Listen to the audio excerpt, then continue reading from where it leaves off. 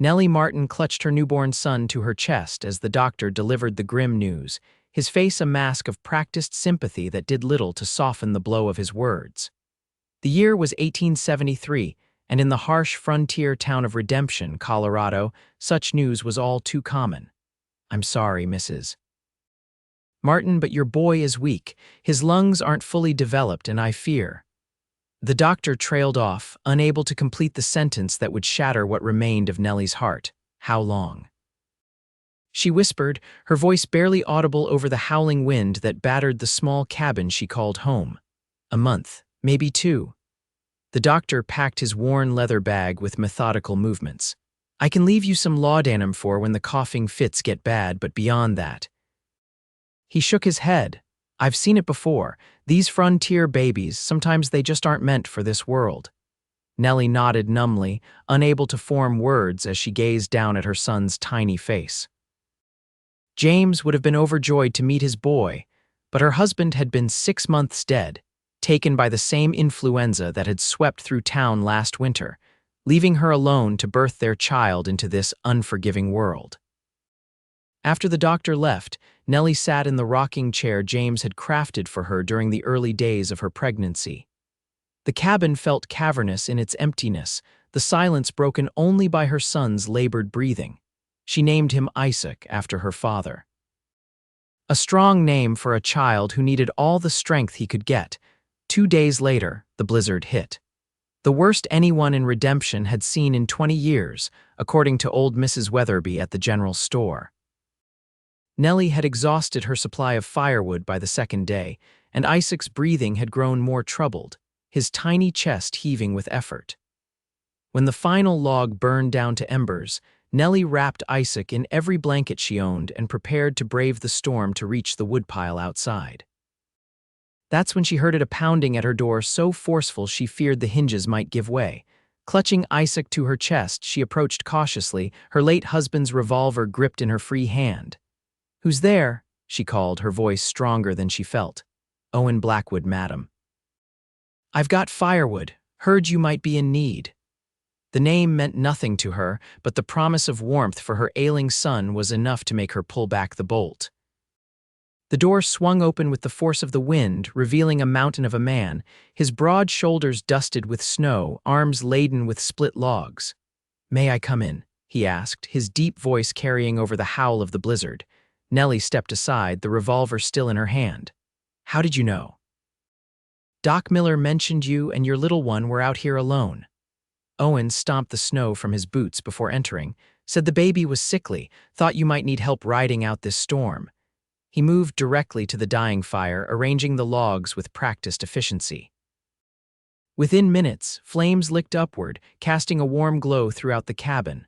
Only then did he turn to face her, removing his snow-crusted hat to reveal a shock of dark hair and eyes the color of a summer sky. "I'm obliged to you, Mr. Blackwood," Nellie said, still clutching Isaac close. "But I can manage." Owen's gaze moved from her face to the bundle in her arms, his expression softening. "May I?" he asked, gesturing toward the baby. Against her better judgment, Nellie found herself allowing this stranger a glimpse of her son. Owen peered down at Isaac, his weathered face breaking into a gentle smile as the baby let out a wheezing cough. "He's fighting hard," Owen observed, his finger brushing against Isaac's small fist, which immediately closed around it with surprising strength. "The doctor says he won't last the winter," Nellie confessed, the words tearing at her throat. Owen looked up, his eyes meeting hers with an intensity that made her breath catch. "Then I'll be the strength for you both," he said, his voice unwavering, "if you'll allow it." In that moment, with the storm raging outside and her son's future hanging by a thread, Nellie made a decision that would alter the course of her life forever. She nodded. "I'll allow it," she whispered, "for now." Over the next several days, the blizzard continued unabated, trapping them in the small cabin. Owen proved himself to be a man of his word, splitting more firewood than Nellie had seen in months, keeping the fire blazing day and night. He fashioned a small humidifier from a kettle and some cloth, creating a steam tent that seemed to ease Isaac's breathing. "Where did you learn that?" Nellie asked one evening as they sat by the fire, Isaac sleeping more peacefully than he had since birth. "My sister's boy had the croup something fierce last winter," Owen explained, his hands busy whittling a small wooden horse. "Learned a few tricks to help him breathe easier." "And where is your sister now?" Owen's hands stilled. "Back east, Philadelphia, her husband's a banker." He resumed his carving, the knife strokes more deliberate. "I visit when I can." "And what brings you to redemption?" Nellie pressed, curious about this man who had appeared like an answer to a prayer she hadn't dared to utter. "Cattle," he replied simply. "Got a small spread about 10 miles north." "Nothing fancy, but it's mine." Nellie nodded, understanding the pride in his voice. She and James had felt the same way about their little homestead. "You manage it alone." "Got a couple of hands. Good men." Owen held up the finished horse, inspecting it in the firelight before handing it to Nellie. "For the boy when he's older." The unspoken optimism in the gesture brought tears to Nellie's eyes. "Thank you," she whispered, running her fingers over the smooth wooden figure, "for everything." Owen simply nodded, his eyes warm in the flickering light. When the storm finally broke 5 days later, Nellie expected Owen to return to his ranch. But he surprised her by staying, moving into the small lean-to attached to the cabin where James had kept his tools. Each morning, he tended to her small stock of animals, 2 milk cows and a handful of chickens that had somehow survived the blizzard. In the afternoons, he repaired the damage the storm had done to the cabin and barn. And every evening, he sat with Nellie as she rocked Isaac, telling her stories of his travels from the silver mines of Nevada to the bustling streets of San Francisco. His deep voice seemed to soothe Isaac, and for the first time since the doctor's pronouncement, Nellie allowed herself to hope. As February gave way to March, Isaac's condition improved slightly. His breathing remained labored, but the blue tinge around his lips had faded, and he had begun to gain weight, his tiny cheeks filling out. "He's a fighter," Owen observed one morning as he watched Nellie feed the baby. "Gets that from his mama, I'd wager." Nellie smiled, the expression feeling foreign on her face after months of worry. "His father was the stubborn one. James would argue with a fence post if he thought it was in the wrong place." Owen chuckled. "Sounds like a man I would have liked to know." "You would have," Nellie agreed, surprised by how easy it was to speak of James now. The pain was still there, but it had dulled to an ache rather than the sharp agony of fresh grief. "He was a good man." "He must have been to have won you," Owen said, the comment so casual and sincere that Nellie felt heat rise to her cheeks. Before she could respond, Isaac began to cough, the sound deep and wet. Panic seized Nellie as his small body convulsed with the effort. Owen was at her side in an instant, gently taking Isaac from her arms. "Get the steam tent ready," he instructed, his voice calm but urgent, "and boil some water with pine needles." Nellie did as he asked, trying to keep her hands steady as she prepared the remedies. Owen walked the floor with Isaac, speaking to him in low, soothing tones. By the time the steam tent was ready, the worst of the coughing fit had passed, but Isaac's breathing remained troubled. For 3 days, they took turns sitting with Isaac under the steam tent, barely sleeping as they fought to keep the baby's airways clear. On the 3rd night, as Nellie dozed in the rocking chair, she was startled awake by Owen's hand on her shoulder. "His fever's broken," he whispered, his face haggard from lack of sleep but his eyes bright. "And his breathing's easier." Nellie reached out to touch Isaac's forehead, finding it cool and dry. The baby slept peacefully, his chest rising and falling in a steady rhythm for the first time since his birth. Relief washed over her with such force that she began to tremble. Without thinking, she turned and threw her arms around Owen's neck, burying her face against his chest. His arms came around her hesitantly at first, then with more confidence as she clung to him. "Thank you," she sobbed, the words muffled against his shirt. "Thank you." Owen's hand came up to stroke her hair, the gesture so tender it nearly undid her. "He's not out of the woods yet," he cautioned, though she could hear the hope in his voice. "But he's fighting hard." Nellie pulled back, suddenly aware of their proximity. Owen's arms loosened immediately, allowing her to step away, though something in his eyes made her wish she hadn't. "I should get some rest," she said, not meeting his gaze. "While he's sleeping peacefully." Owen nodded, I'll watch over him. You sleep as long as you need." When Nellie awoke the next morning, she found Owen asleep in the rocking chair, Isaac cradled securely against his broad chest. The sight stirred something in her heart that she had thought died with James, a flutter of possibility that both frightened and exhilarated her. As March turned to April, Isaac continued to improve. His coughing fits became less frequent, and he began to respond to their voices with coos and the occasional smile. Dr. Miller, who had returned to check on the baby, could scarcely believe the change. "I've never seen anything like it," he admitted, putting away his stethoscope. "His lungs sound clearer, and he's gained almost 2 pounds. Whatever you're doing, keep it up." After the doctor left, Nellie found Owen by the corral, mending a section of fence that had come loose during the last storm. The spring sun glinted off his dark hair, and for a moment she allowed herself to admire the strength in his shoulders as he worked. "The doctor says Isaac is improving," she called as she approached, Isaac bundled against her chest. "He thinks he might survive after all." Owen straightened, wiping sweat from his brow with his forearm. "Of course he will. He's a Martin, isn't he?" The pride in his voice caught Nellie off guard.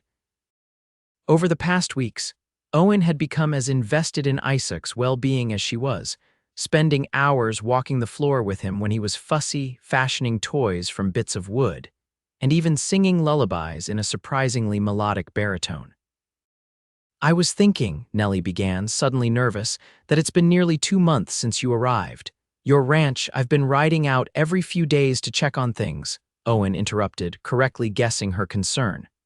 "My foreman, Jake, has everything under control. The spring calving went well. Even so, you must have better things to do than help a widow and her sickly baby," Nellie persisted, though the thought of Owen leaving made her heart constrict painfully.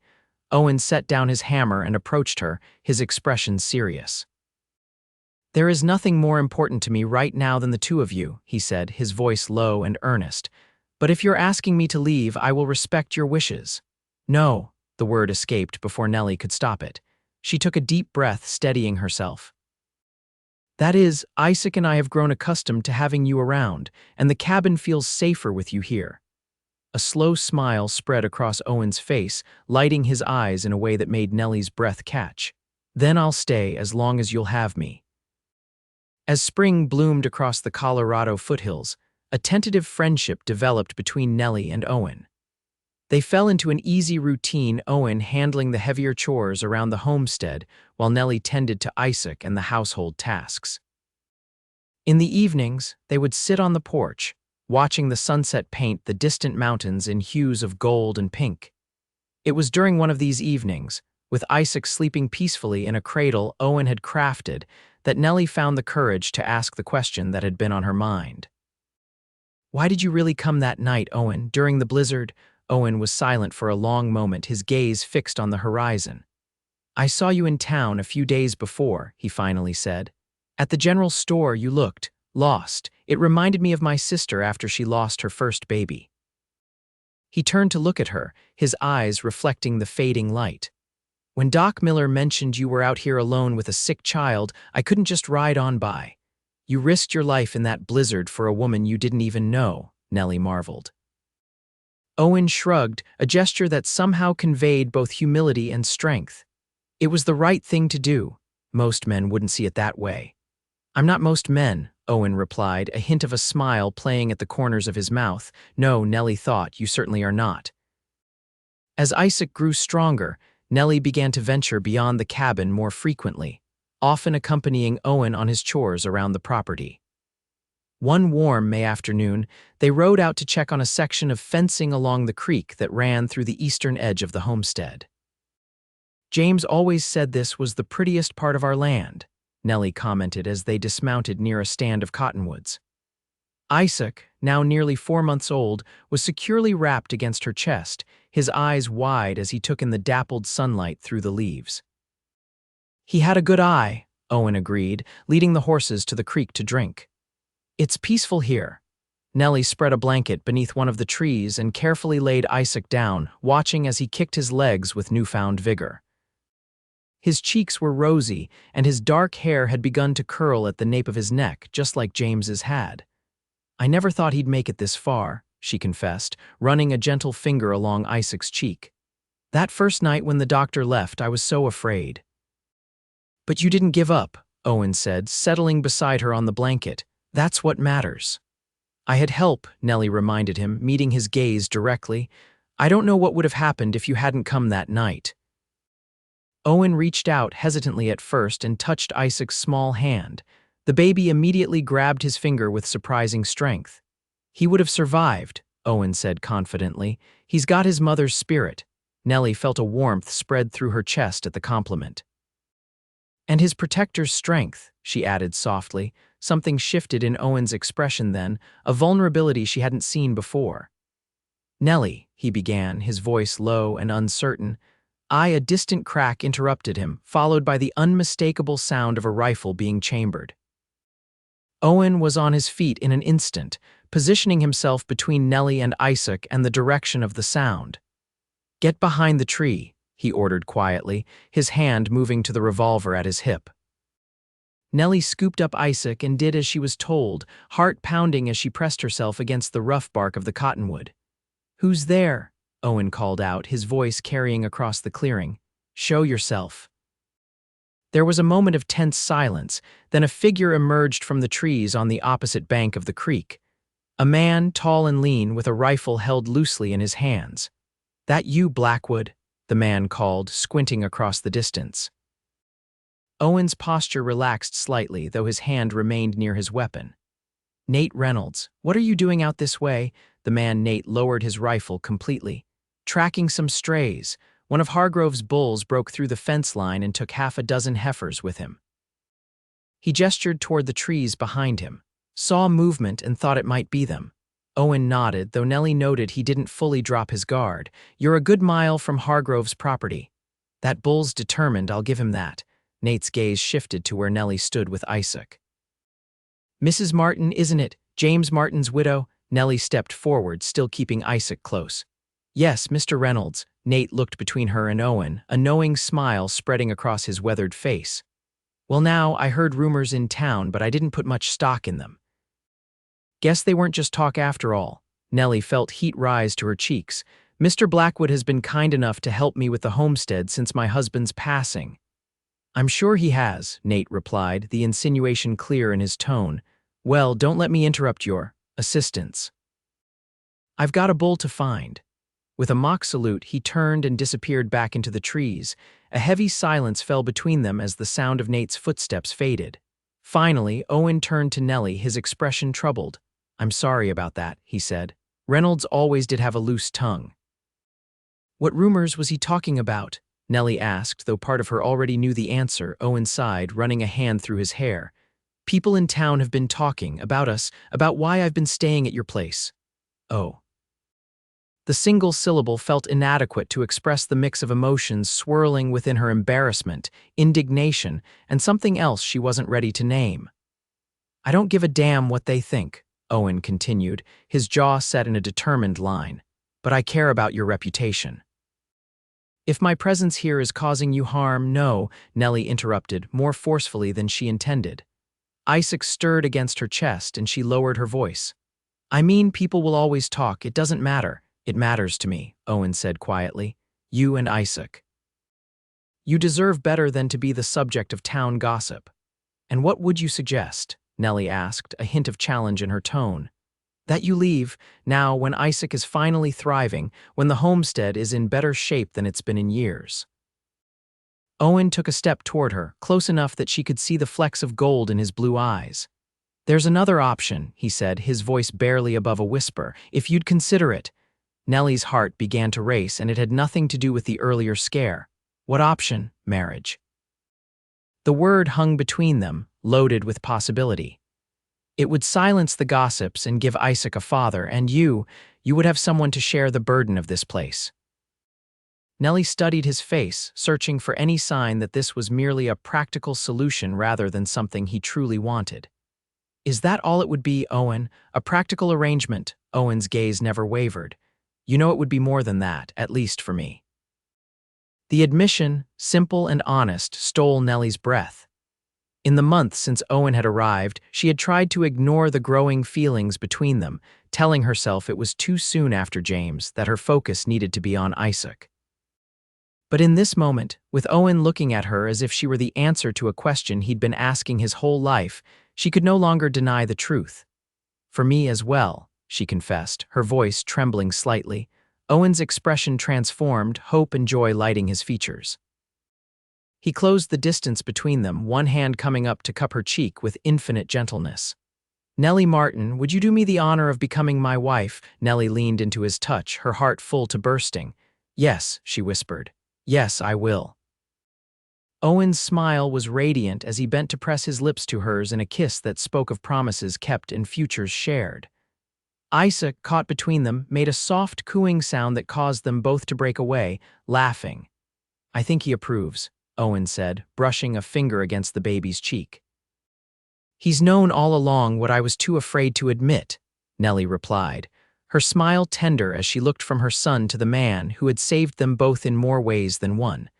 The news of their engagement spread through Redemption faster than wildfire. Some, like Doc Miller, expressed genuine happiness for the couple.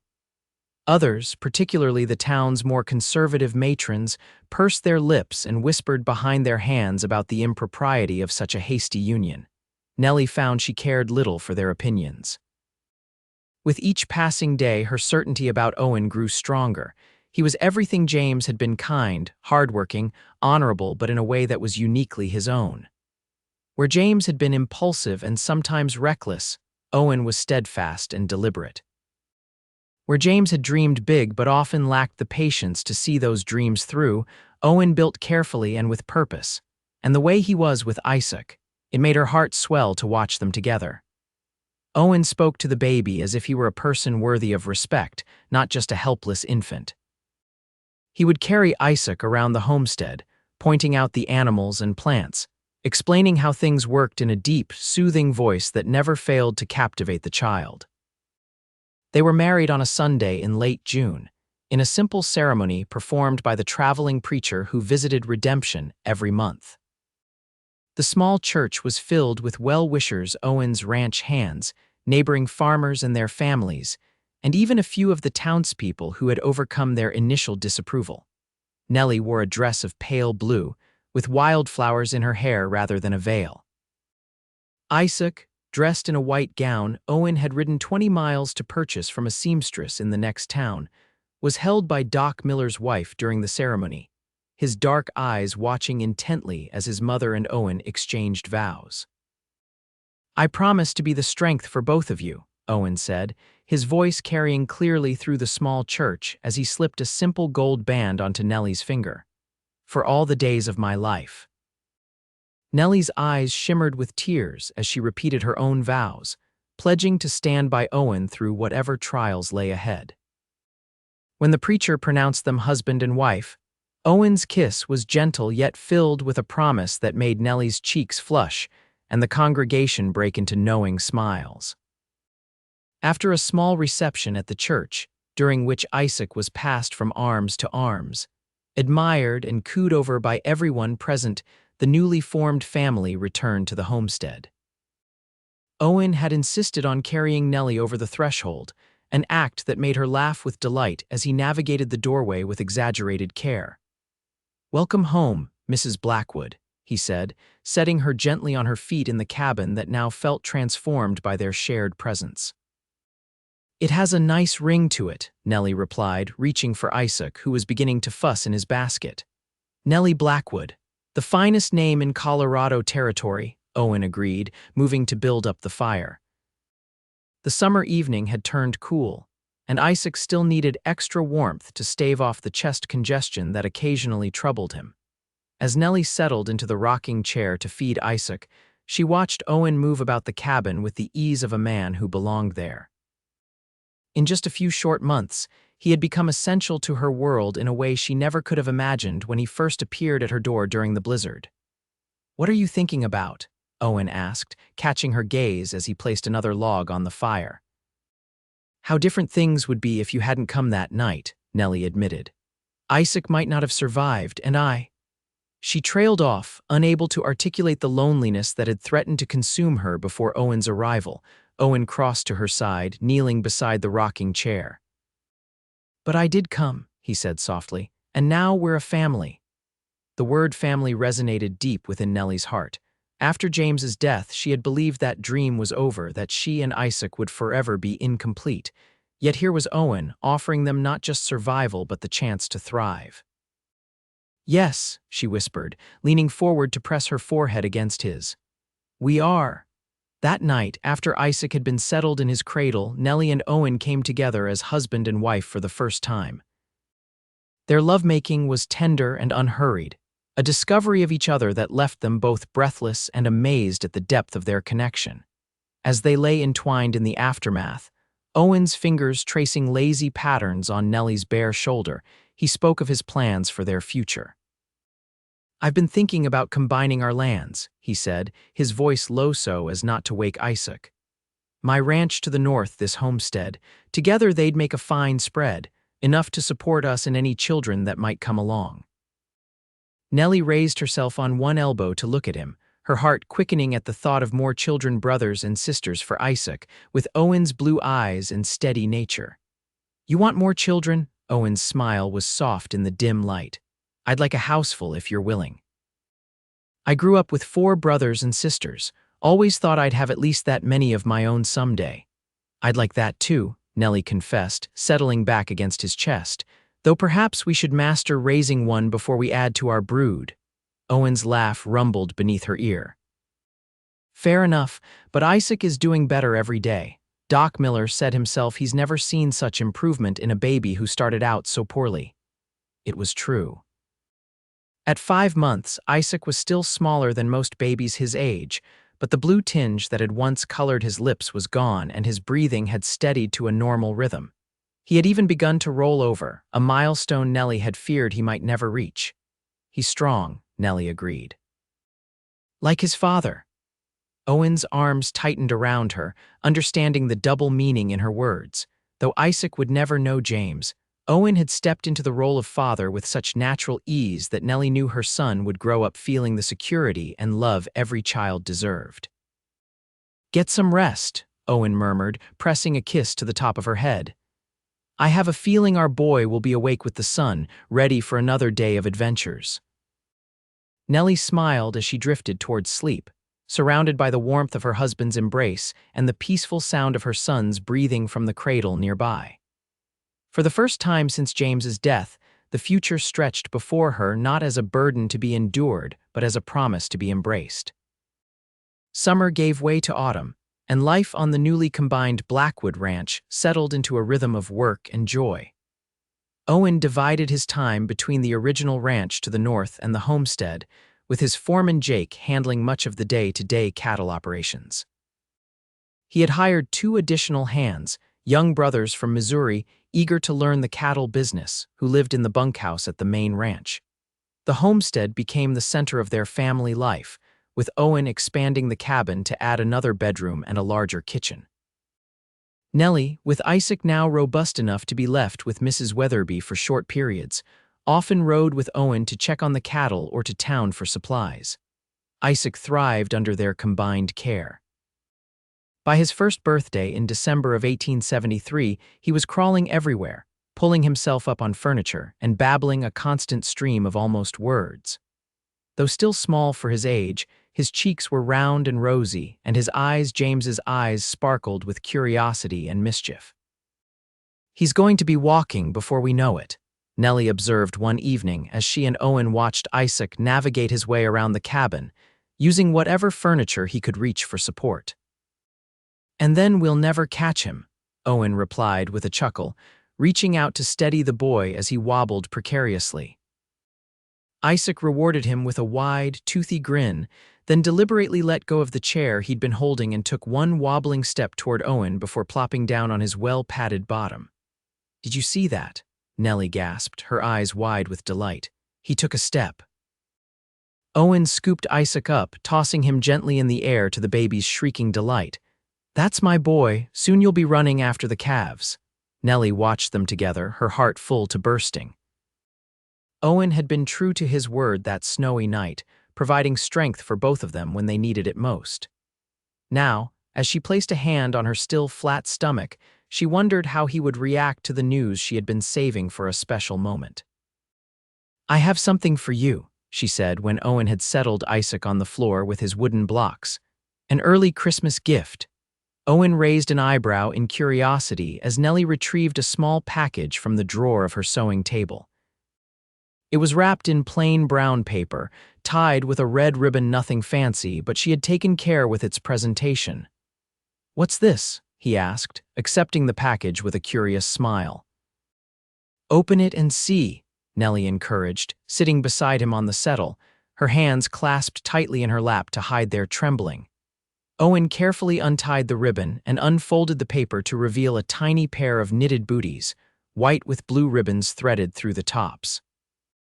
He stared at them for a long moment, his expression shifting from confusion to dawning realization. "Nellie," he whispered, looking up at her with hope written across his features. She nodded, unable to contain her smile any longer. "In June, if Doc Miller's calculations are correct." Owen's whoop of joy startled Isaac, who looked up from his blocks with wide eyes. In one fluid motion, Owen gathered Nellie into his arms, lifting her off her feet in a spinning embrace that had her laughing and clinging to his shoulders. "Easy," she gasped through her laughter. "Remember what happened the last time you spun me around after dinner?" Owen immediately set her down, his expression comically contrite. "I'm sorry. Are you feeling all right? Should you be resting? Can I get you anything?" Nellie pressed a finger to his lips, halting the stream of questions. "I'm perfectly fine. The morning sickness isn't nearly as bad as it was with Isaac." She took his hand and placed it on her stomach. "Our child is strong, just like his father, just like his brother." Owen's eyes glistened with unshed tears as he knelt before her, pressing a reverent kiss to her still flat abdomen. "Hello, little one," he murmured. "We're already waiting for you." Isaac, not to be left out of whatever excitement was happening, crawled over and pulled himself up using Owen's leg for support. Owen laughed and gathered the boy into his arms. "What do you think, Isaac? Would you like a little brother or sister?" Isaac responded with a stream of babble that sounded suspiciously like Baba, which both adults chose to interpret as enthusiastic agreement. That night, as they lay in bed discussing names and plans for the new baby, Nellie felt a contentment she had never known was possible. The path that had led her here had been fraught with loss and fear, but every step had brought her closer to this moment, to the family she and Owen were building together.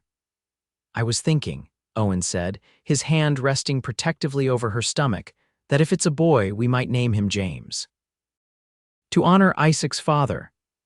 The suggestion, offered so simply and without hesitation, brought tears to Nellie's eyes. It was so like Owen, this generosity of spirit, this understanding of the complex tapestry of love that had brought them to each other.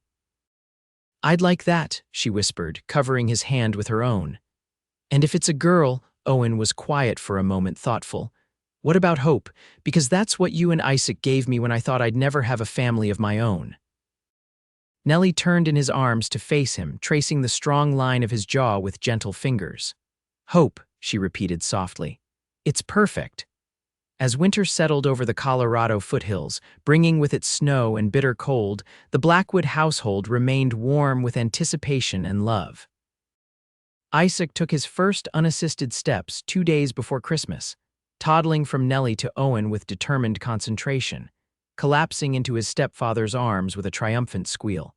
Christmas Day dawned clear and cold, the sun glinting off fresh snow that blanketed the ranch. Owen had invited his ranch hands to join them for dinner, along with Doc Miller and his wife, and old Mrs. Weatherby, who had no family of her own. The cabin, decorated with pine boughs and red ribbons, rang with laughter and conversation as they shared a feast of roast goose, potatoes, and Mrs. Weatherby's famous apple pie. As evening fell and their guests departed, Owen built up the fire while Nellie put an exhausted Isaac to bed. When she returned to the main room, she found Owen standing by the window, gazing out at the starlit landscape. "What are you thinking about?" she asked, slipping her arms around his waist and resting her cheek against his back. "How different things were a year ago," he replied, turning to gather her into his embrace. Last Christmas, I was alone in my cabin, wondering if I'd ever have more than cattle and empty land to fill my days. And now, Owen's smile was tender as he placed a hand on the slight swell of her stomach, visible now beneath her dress. Now I have everything I never dared to dream of, a wife I adore, a son who amazes me every day, and another little one on the way. He bent to kiss her, his lips warm against hers. I am a fortunate man, Nellie Blackwood. And I am a fortunate woman, she replied, her heart full to bursting with love for this man who had brought hope back into her life when all seemed lost. As the winter months passed, the ranch prospered under Owen's careful management. The spring calving was successful beyond their expectations, with a higher survival rate than any of the neighboring spreads. Owen credited Nellie's meticulous record-keeping and the extra care they had taken to shelter the pregnant cows during the worst of the winter storms. "You've got a head for the business," he told her one evening as they reviewed the ledgers together. "Better than mine, truth be told." Nellie laughed, shaking her head.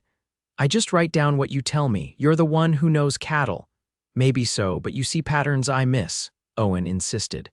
"Like noticing that the calves from Johnson's bull are consistently healthier than the others. That's why I want to use him for breeding again this year." "We make a good team," Nellie conceded, pleased by his praise. "The best," Owen agreed, leaning over to kiss her. His hand came to rest on her now prominent belly, and he smiled as he felt a decisive kick against his palm. "Someone agrees with me." Nellie placed her hand over his, their fingers intertwining as they shared the moment of connection with their unborn child. "He's active today." Owen raised an eyebrow. "You're certain it's a boy now, just a feeling," Nellie replied with a smile. "The same feeling I had with Isaac," Owen nodded thoughtfully. "James it is, then, James Owen Blackwood." "James Owen," Nellie repeated, testing the name. "It has a fine sound to it." As April brought warmer days and the first wildflowers began to dot the hills around the ranch, Nellie found herself increasingly restless. Her body felt unwieldy, the baby seeming to take up more space than should be physically possible. Isaac, now a sturdy toddler with an impressive vocabulary of nearly 20 words, required constant vigilance as he explored the world around him with fearless curiosity.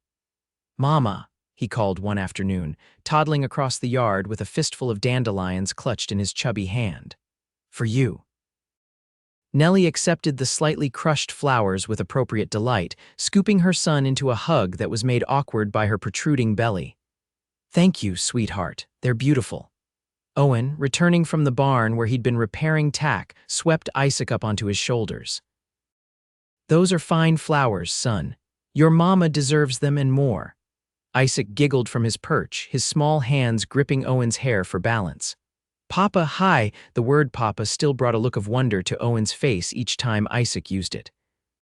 He had never pressured the boy, never insisted on any particular name, allowing the relationship to develop naturally. When Isaac had first called him Papa some 3 months earlier, Owen had been rendered speechless, his eyes bright with emotion. Now he bounced the boy gently, eliciting more delighted squeals. "Yes, you're up high. Can you see all the way to town from there?" As Nellie watched them together, a sharp pain lanced through her lower back, causing her to gasp and clutch at the porch railing for support. Owen was at her side in an instant, Isaac still balanced on his shoulders. "Nellie, what is it?" She took a deep breath as the pain subsided. "Just a twinge. I've been having them on and off since this morning." Owen's brow furrowed with concern. "Why didn't you say something?" "Should I ride for Doc Miller?" "Not yet," Nellie assured him, straightening with a reassuring smile. "It's too early. First babies are often slow to arrive, and this one isn't due for another 2 weeks at least." Despite her calm words, another pain gripped her just hours later as she was preparing dinner, this one strong enough to make her drop the potato she was peeling. Owen, who had been watching her like a hawk since the earlier episode, was beside her immediately. "That's it," he said firmly. "I'm getting Doc Miller." Before Nellie could protest, another contraction seized her, this one closer and more intense than the last. She nodded, gripping the table edge until her knuckles turned white. "Hurry," she managed through clenched teeth. Owen was already moving, calling to one of the ranch hands who had been working nearby. "Jake, ride for the doctor. Tell him Nellie's time has come and it's coming fast." As Jake mounted up and galloped toward town, Owen returned to Nellie's side, helping her to their bedroom. "What can I do?" he asked, his voice steady despite the concern etched across his features. "Isaac," Nellie gasped as another contraction began to build. "Someone needs to watch him." "Mrs. Weatherby is already on her way," Owen assured her. "I sent word this morning after you first mentioned the pains." Nellie managed a smile despite the discomfort. "You were that certain?" "I know you," Owen replied simply. "You'd work through a cattle stampede without complaint if you thought it necessary. If you mentioned pain at all, I knew it must be significant." The next few hours passed in a blur of increasing pain and focused breathing.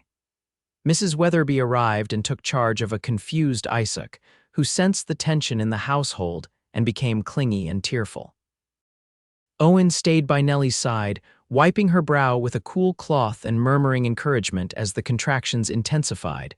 Doc Miller arrived just as the sun was setting, his face grave as he examined Nellie. "The baby's coming fast," he confirmed, "and it's positioned wrong. Breech, I'm afraid." Fear clutched at Nellie's heart. She had heard stories of breech births, the danger to both mother and child, the difficult recoveries when things went wrong. "Can you turn it?" she asked, her voice trembling. The doctor shook his head. "It's too late for that." "But you're strong, Nellie, and I've delivered breech babies before." He looked to Owen, who had gone pale at the news. "I'll need your help. This won't be easy." What followed was the most excruciating experience of Nellie's life. The pain, already intense, became almost unbearable as Doc Miller worked to guide the baby into the world feet first. Owen, despite his obvious fear, remained steady, supporting Nellie's back as she pushed and wiping tears from her face when the pain became too much to bear silently. "You're doing beautifully," he told her between contractions, his voice a lifeline in the storm of pain. "You're the strongest woman I've ever known, Nellie Blackwood, just a little more." After what seemed like hours, Doc Miller's voice cut through the haze of exhaustion and pain. "I can see the legs. Push, Nellie, push now." With a final, monumental effort, Nellie bore down, a scream tearing from her throat as she felt the baby slide free of her body. There was a moment of terrible silence, then a thin, indignant wail filled the room. A girl. Doc Miller announced, his voice thick with relief. "A beautiful, healthy girl." Nellie collapsed back against the pillows, tears of joy and exhaustion streaming down her face.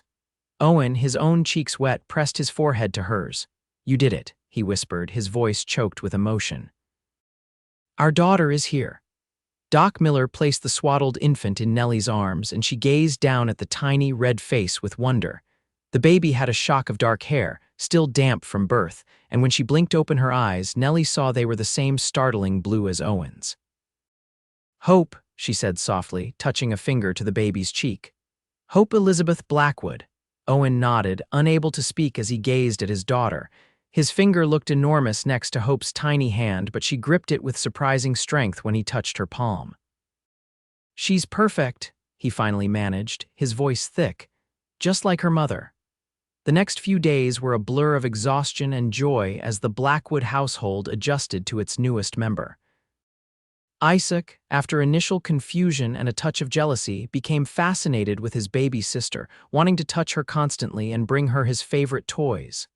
"Gentle," Owen would remind him, guiding the toddler's hand as he patted Hope's head with exaggerated care.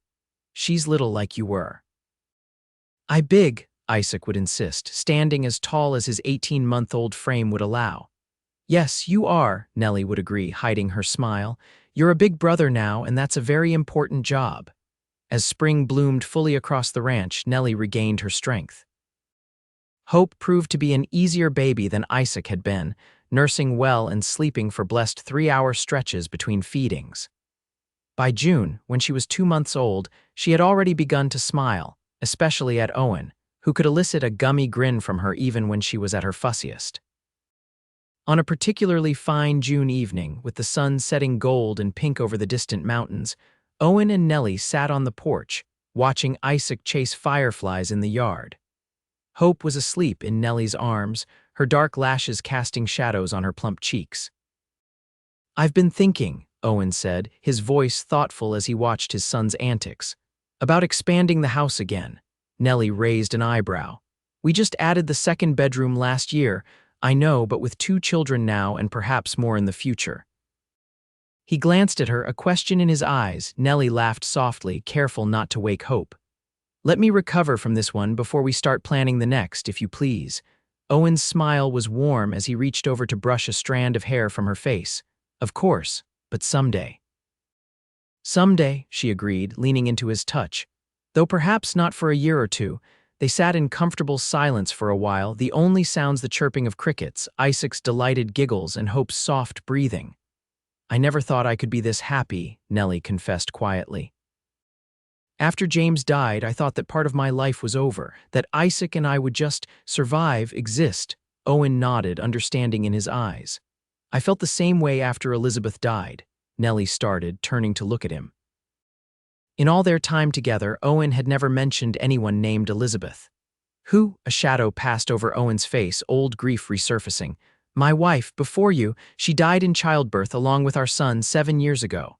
Oh, Owen. Nellie reached for his hand, squeezing it tightly. You never told me. It's not something I find easy to talk about, he admitted. We were young, both just 20. The pregnancy seemed normal, but then. He shook his head, the memory still painful. After that, I threw myself into building the ranch, told myself I didn't need anything else. Until you saw a widow and her sickly baby in the general store, Nellie finished softly. Owen's smile returned, though his eyes remained serious. Until then, seeing you with Isaac, seeing how hard you were fighting for him despite everything. It woke something in me I thought had died with Elizabeth and our boy. Hope, Nellie whispered, understanding now the deeper significance of their daughter's name. Yes, Owen leaned over to place a gentle kiss on Hope's forehead, then on Nellie's lips. You and Isaac gave me hope when I'd forgotten what it felt like, and now we have a daughter who carries that gift in her name.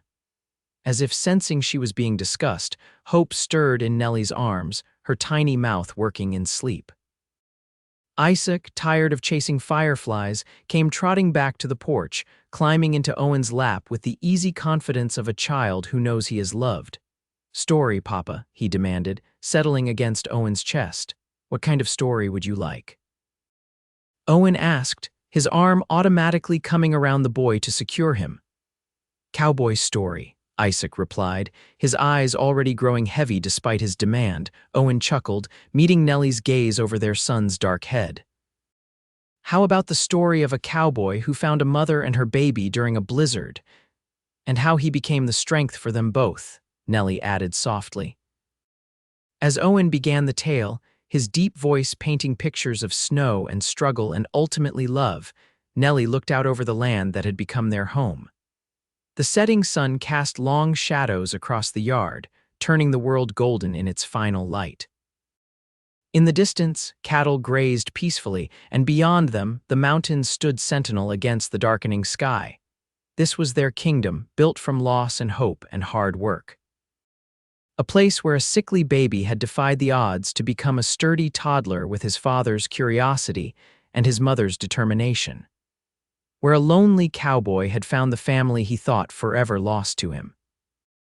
Where a widow had discovered that love could bloom again, different but no less profound than what had come before. And as Hope sighed in her sleep, her small hand curling around Nellie's finger, Nellie knew with absolute certainty that whatever challenges lay ahead, they would face them together with the strength that had seen them through the darkest of times and the love that had transformed their lives in ways none of them could have imagined. And they lived happily ever after, Owen concluded the story, his voice soft as he realized Isaac had fallen asleep against his chest. Did they? Nellie asked, a smile playing at the corners of her mouth. Owen reached across the space between them, taking her hand in his. They did, he affirmed, his blue eyes reflecting the last light of day. Every single day. 10 years passed, bringing changes both expected and surprising to the Blackwood Ranch. What had begun as a modest operation grew into one of the most successful cattle ranches in the territory, known for its quality stock and fair dealings. Owen's innovative breeding practices and Nellie's shrewd business sense proved to be a formidable combination. Their family grew as well. After Hope came William, born in the spring of 1876, with his mother's auburn hair and his father's steady temperament. 2 years later, twins Abigail and Andrew arrived, tiny but robust, keeping the household in cheerful chaos as they grew from infants to toddlers to school-aged children with boundless energy. Isaac, now 11, had grown into a thoughtful boy with a natural affinity for horses and a protective streak toward his younger siblings. Though still smaller than most boys his age, a lingering effect of his difficult start in life, what he lacked in size, he made up for in determination and intelligence. "He's got your brains," Owen often told Nellie as they watched Isaac patiently work with a skittish colt or solve a complex arithmetic problem that confounded his schoolmates. "And your heart." The spring of 1884 brought mild weather and abundant rain, promising a good year for both crops and cattle. On a particularly fine Saturday in May, the entire family gathered for a picnic by the creek that ran through the eastern part of their property, the same spot where Owen had proposed to Nellie all those years ago. "Race you to the big tree." 10-year-old Hope called to her brothers, her dark braids flying behind her as she took off running. William, 8 and always eager to prove himself, sprinted after her, while 6-year-old Andrew followed more cautiously, his twin sister Abigail choosing instead to stay close to her mother. "Slow down," Nellie called after them, though she knew her words would go unheeded. Hope had inherited her father's fearlessness along with his blue eyes, and there was no holding her back once she set her mind to something. "I'll keep an eye on them," Isaac promised, his voice deepening now as he approached his teenage years. He set off after his siblings at an easy lope, comfortable in his role as the responsible eldest. Owen spread a blanket beneath the cottonwood tree, now considerably larger than it had been when they'd first visited this spot together. "This was a good idea," he said, helping Nellie unpack the basket of food they'd brought. "We've all been working too hard lately." It was true. Spring on a cattle ranch meant long days and endless tasks calving, branding, repairing winter damage to fences and outbuildings. Even the children had their chores, from collecting eggs to helping with the vegetable garden that supplied much of their food. The children needed a day to just be children, Nellie agreed, watching as Hope reached the tree first, throwing her arms up in triumph while William protested that she'd had a head start. Abigail tugged at her mother's skirt. "Mama, can I go in the water?" "Not alone," Nellie replied, smoothing a hand over her daughter's fair hair. "Wait for your father or Isaac to take you." Owen, overhearing, scooped the little girl up, tossing her into the air to her delighted squeals. "What do you say, Abby? Shall we see if there are any fish in the creek today?" The afternoon passed in lazy contentment, with swimming in the shallow parts of the creek, a feast of fried chicken and apple pie, and stories told in the dappled shade of the cottonwood. As the sun began to dip toward the horizon, Nellie found herself sitting beside Owen on a fallen log, watching their children play an elaborate game of their own invention that seemed to involve a lot of running and good-natured arguing. "Do you ever think about that night?" she asked, her voice soft with memory. "The blizzard when you came to our door," Owen nodded, his arm around her shoulders drawing her close against his side. "Often, especially on days like this when I see all we've built together." He pressed a kiss to her temple. "Best decision I ever made, riding out in that storm." "You saved us," Nellie said simply. "Not just Isaac's life, though that would have been enough. You saved me from a half-life, from just existing."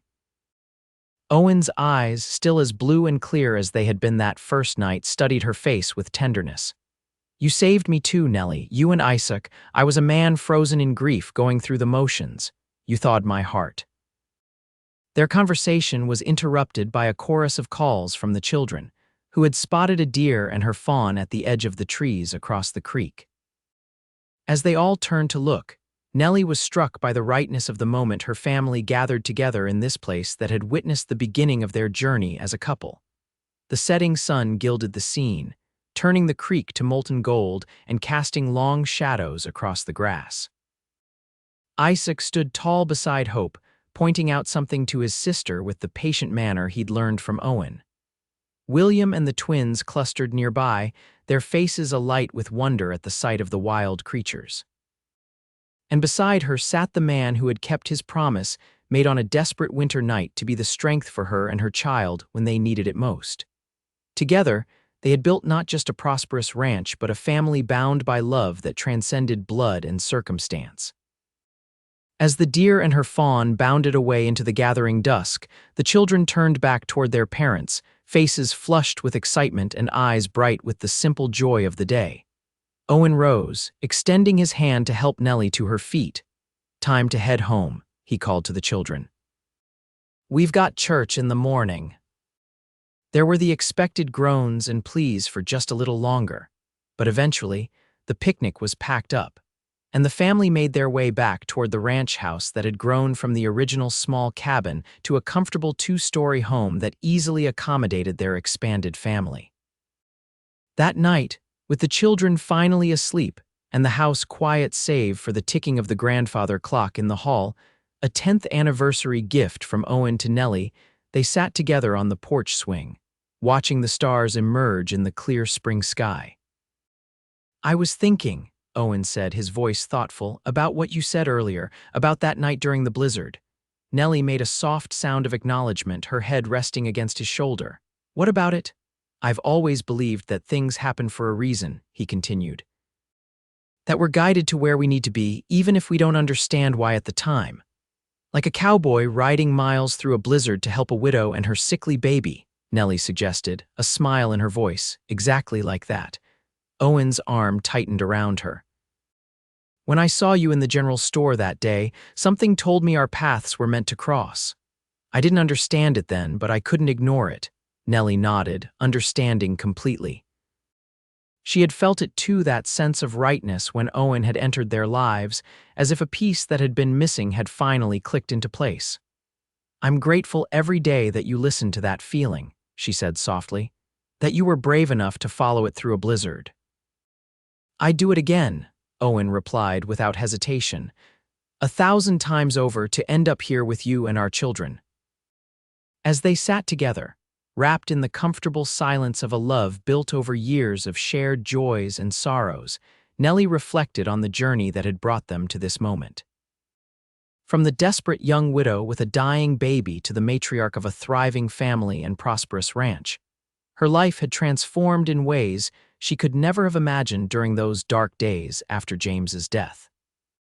And beside her through it all had been Owen, steady as the mountains that framed their land, keeping his promise to be the strength for her and Isaac when they needed it most. That strength had carried them through challenges and triumphs alike, creating a foundation upon which they had built a life rich with love and purpose. As the first star of evening appeared in the darkening sky, Nellie made a silent wish not for anything they lacked, but in gratitude for everything they had found together. For the family sleeping peacefully under their roof, for the land that sustained them, and for the love that had transformed two broken hearts into something whole and beautiful. Owen, as if sensing her thoughts, turned to place a gentle kiss on her lips. "What are you thinking about, Mrs. Blackwood?" Nellie smiled, the same smile that had captured his heart all those years ago. "About strength," she replied softly, "and how sometimes it comes to us in the most unexpected ways." "Like a blizzard," Owen suggested, his eyes crinkling at the corners. "Like a blizzard," Nellie agreed. "And a cowboy who kept his word." As night settled fully over the Blackwood Ranch, bringing with it the peaceful sounds of a house at rest and the distant lowing of cattle in the fields, Nellie and Owen remained on the porch, two people who had found in each other not just love but the courage to begin again when all seemed lost. Their story, which had begun in desperation and need, had blossomed into one of enduring partnership, and joy a testament to the power of a promise kept and a heart brave enough to love again. And in the room upstairs, Isaac the baby who wasn't supposed to survive slept soundly, dreaming perhaps of the horses he would train tomorrow or the adventures that awaited him as he grew into the man he was meant to be. Strong and healthy, loved by both the mother who had fought so fiercely for his survival and the father who had chosen him as surely as if he'd been born of his blood. In the end, That was the true miracle of their story, not just that a sickly baby had defied the odds to thrive, but that out of loss and pain had come a family bound not by obligation but by choice, by love freely given and gratefully received, by a strength that had been found when it was needed most and had never wavered through all the years that followed. "I love you, Nellie Blackwood," Owen whispered into the quiet night, "today and all the days to come." "And I love you," Nellie replied, her heart as full in that moment as it had been on their wedding day. "My cowboy, my strength, my home." Together, they watched the stars wheel slowly overhead. Two people who had found in each other everything they had ever needed and more than they had ever dared to dream.